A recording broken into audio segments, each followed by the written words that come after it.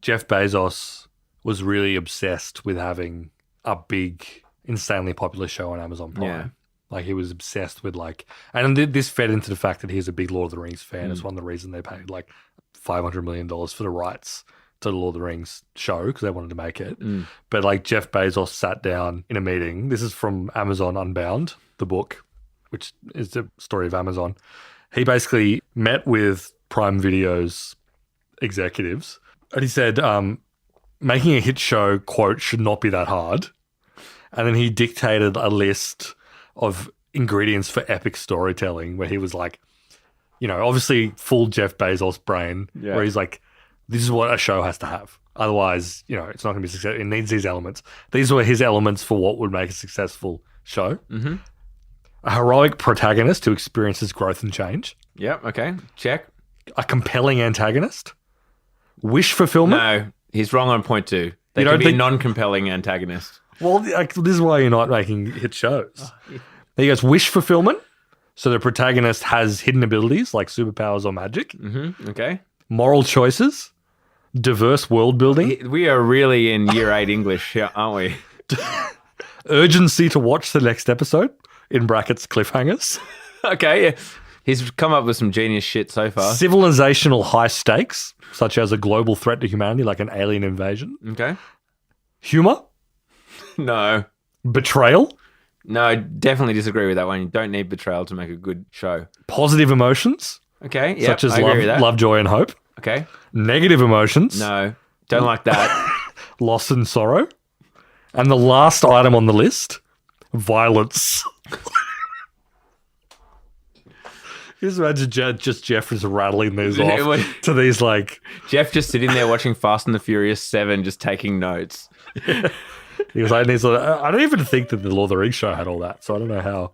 But the book basically said that the studio executives had to send him regular updates on the projects with a live spreadsheet tracking those points. Be like, okay, it's got... Yeah. This is what I mean. It's got sorrow. Just full Amazon brain. Like, what percentage sorrow does it have? Yeah. What percentage betrayal? Yeah. But like, and Netflix certainly now has become like an absolute machine in terms of like algorithmic filmmaking. Yeah. Not like, we're not even at the point of like they're using AI to generate stuff, but just the idea of like taking the big data outputs of their system. Yeah, I can imagine, you know, there needs to be some kind of action scene every 2.5 minutes and blah, blah, blah, blah, blah. Yeah, totally.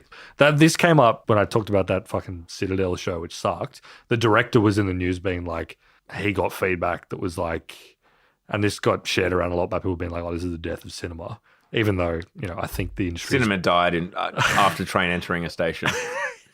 Well, yeah, the train coming at the screen, it peaked. It started, it peaked, it ended, and everything else has just been afterglow from that moment. No, but he basically said that like he had this crazy cool opening scene planned out, and the executives were like, if something doesn't happen in 30 seconds, he had like this much slower burn sort of thing. If something doesn't happen in 30 seconds, people would just turn it off and find something else on Netflix, on Amazon, on whatever. There's probably a Tarkovsky out there right now, like who's 23 years old. Yeah, like, a genius. Who just does not get in the light of day. No, he's... I've railed about this. It is different, though, for like Amazon Prime, Apple TV, etc. Yeah, where it's just like another... So it's kind of like a loss leader for the rest of their sort of stuff. Yeah, for whatever. Like I'm subscribed to Prime personally, like not, you know, family member or whatever, for the shipping discounts, like totally. But, and I happen to also, if I wanted at any time, I can watch something on Amazon. You could watch Lord of the Rings. Yeah, you could watch a $1 billion Lord of the Rings show as like a sidebar to like getting free shipping on paper towels. Exactly, and I choose not to. But you know, back to the kind of Netflix and the business model. So yeah, what has become apparent is you need the chaff, which is, I think, as someone who doesn't watch much stuff, so take everything I say with a grain of salt. Take everything I say with a grain of salt. Totally. Just full stop. But especially this. HBO and HBO Max, I know that our ilk, Down Round listeners and people of that nature.